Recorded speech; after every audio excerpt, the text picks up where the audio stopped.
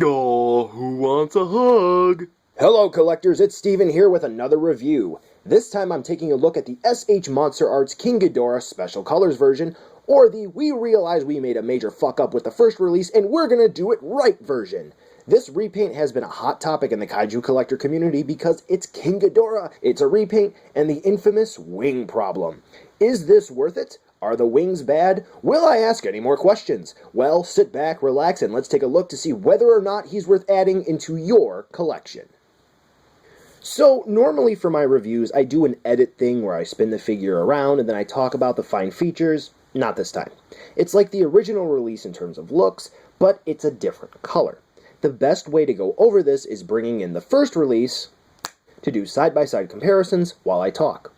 Many have been asking if the new Ghidorah is brighter than the first release, and it is, but it isn't. This Ghidorah feels like a full, healthy Ghidorah color, while the original release seems like a flushed Ghidorah, if that makes any sense to you. But it's easier to see the original one up on display or in low light settings. You're going to have to make the call here as to which color you prefer and which one is subjectively brighter. Sculpt is fantastic as usual since Sakai was behind this one, and he has a great track record. Speaking of the sculpt, the original Ghidorah has really soft plastic, which was nice for pretty much nothing, while the new Ghidorah sports a soft plastic, but not so soft it hinders the figure, but it actually helps the figure, and you'll see why later. To make a comparison, the first Ghidorah is the original G14, and the new one is Spiritu Fire. This soft plastic also helps, or hurts, the horns, because some complained about the first release not having bouncy looking horns and used movie stills from when Ghidorah was in motion to call BS on it, but because of how the new Ghidorah is packaged, you'll have your bouncy looking horns. If this does bother you though and you want straight horns, take a hairdryer to it and reset the horns to your heart's content. Now to wrap this part up, here are all three MonsterArts Ghidorahs, so you can see how they all match up to each other. Bandai couldn't match up the damn color on Mecha King Ghidorah for the natural parts, so you pick which one looks best with Mecha King Ghidorah.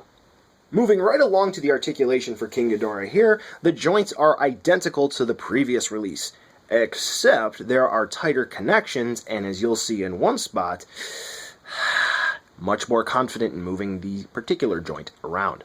So let's get right to it. The jaws on King Ghidorah's heads, they're attached on ball joints, as you can see here. Wiggle, wiggle, wiggle, wiggle, wiggle. Now, the tongues are connected into the jaw on ball joints. However, I would advise you not to move them. Why? Super small, and I've seen some people snap them off. Don't want to do that on a $100+ action figure. So, moving on down, the head is attached to the neck on a ball joint, and then we have a series of ball joints here, all connecting down to the base of the body. Now, as you'll see here, I can be a little bit rough with this guy because, unlike the original Ghidorah, I haven't had a single piece pop off yet. Well, this head popped off, but I was seeing how far I could extend the range of movement. The middle head has a much greater range of movement than the two on the side because, as you can see here, you can kind of get this middle head to look all the way down. But this one, the angle is a little off, I'd say. Just a personal preference, but I mean, maybe I'm just looking at it wrong. Maybe I'm not filling with it the right way. Who knows? Moving on down, the ab crunch. It's on a ball joint, but listen. Yeah, very, very tight, and to be perfectly honest with you, it's not that usable. As we keep moving down here, we have the hips, which are on ball joints. But unfortunately, due to the sculpt, you're not going to be able to get too much movement out of them aside from some basic movement like this. So yeah, you also have to take into consideration that the soft plastic does not necessarily help the extreme poses, so don't try that. We have a double hinge system here in the knees, so this way you can get some nice movement out of there. I mean, it's what you would expect out of this King Ghidorah. And there's a ball joint connection up here into the thigh, and right here into the lower portion of the leg. So if you want to spin it around a little bit, you can. Then right here in the middle of the shin calf area, we do have a ball joint cut, so this way you can spin the leg around even a bit more. And at the ankle, we do have a ball joint. So this way, if you would like to have Ghidorah spread his legs out like so, it's pretty easy to do. So this way you can have him lunging forward a little bit in for an attack. Moving on to the back of Ghidorah here, we do have two tails, as you can see, with a series of ball joints. Great articulation here. However, do take note that as you get closer to the body of King Ghidorah, the ball joints tend to be a little bit stiff. as you can see here, this joint here does not necessarily want to move, so just work with it over time and eventually you'll be able to free the tails up and you'll be able to get that great range of movement that they have. Now, to wrap up the articulation section, the wings. I've been avoiding them for some time now, and here's the final verdict. Are they fixed? Well, yes and no. Let's take a look. And now listen. That one's a little bit tight on mine. This one's a little bit loose. They are on hinges. And to be perfectly honest with you, they feel super secure and safe. Now, the joint system here is 100% identical to the original King Ghidorah release. However, it feels much safer. This has to be a result of the material used for the joints. So, with that in mind, considering it's much safer to move them around, you can get a little bit of that ball joint movement at the base where the hinge connects, like so. And for those of you who are saying, oh, maybe it's not necessarily fixed or even better in some sort of way, keep in mind, I have not changed the pose of my original release, King Ghidorah, since I was done reviewing it. Yeah, wouldn't try doing that with the original release. However, keep one thing in mind. This does not give you a free pass to be an absolute dumbass and treat this thing as if it were, say, a 20 action figure. Actually take care when moving those joints around because it has the same joint configuration.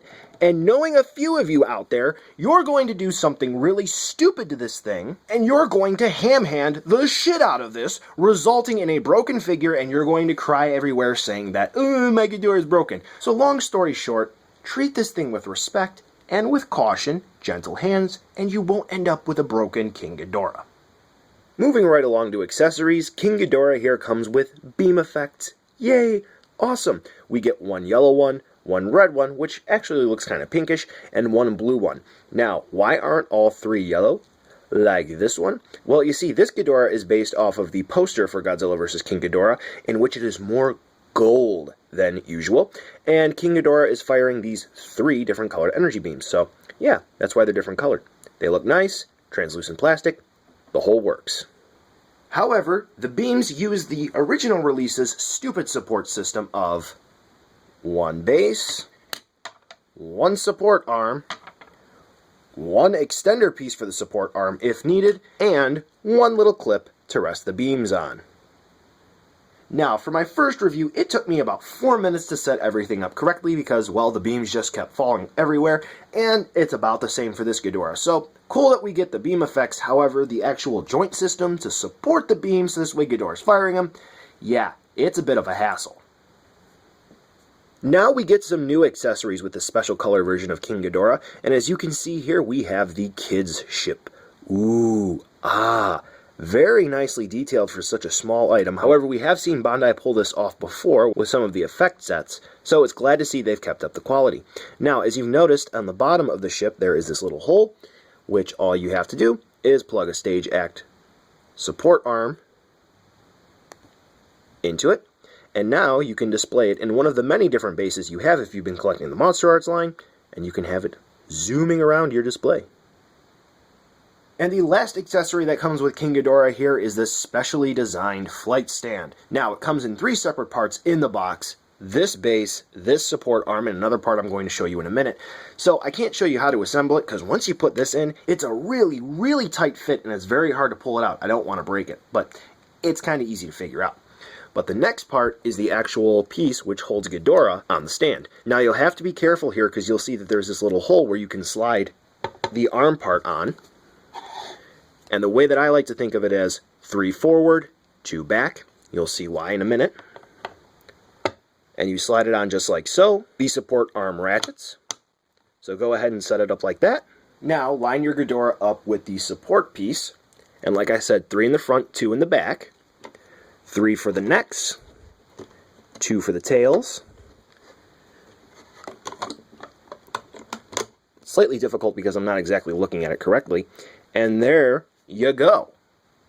you have a flying King Ghidorah. So overall, the accessories for this King Ghidorah release are pretty nice considering, well, we get some new accessories, some much needed accessories like a flight stand, but it's rather unfortunate they weren't able to rethink the gravity beams. Moving on to scaling, here's King Ghidorah alongside the usual suspects from both NECA and Bandai, covering the Pacific Rim figures, Ultraman, and some Godzilla thrown in. As you can see, King Ghidorah is quite the big figure. So, buy it now, skip it, or wait for a deal.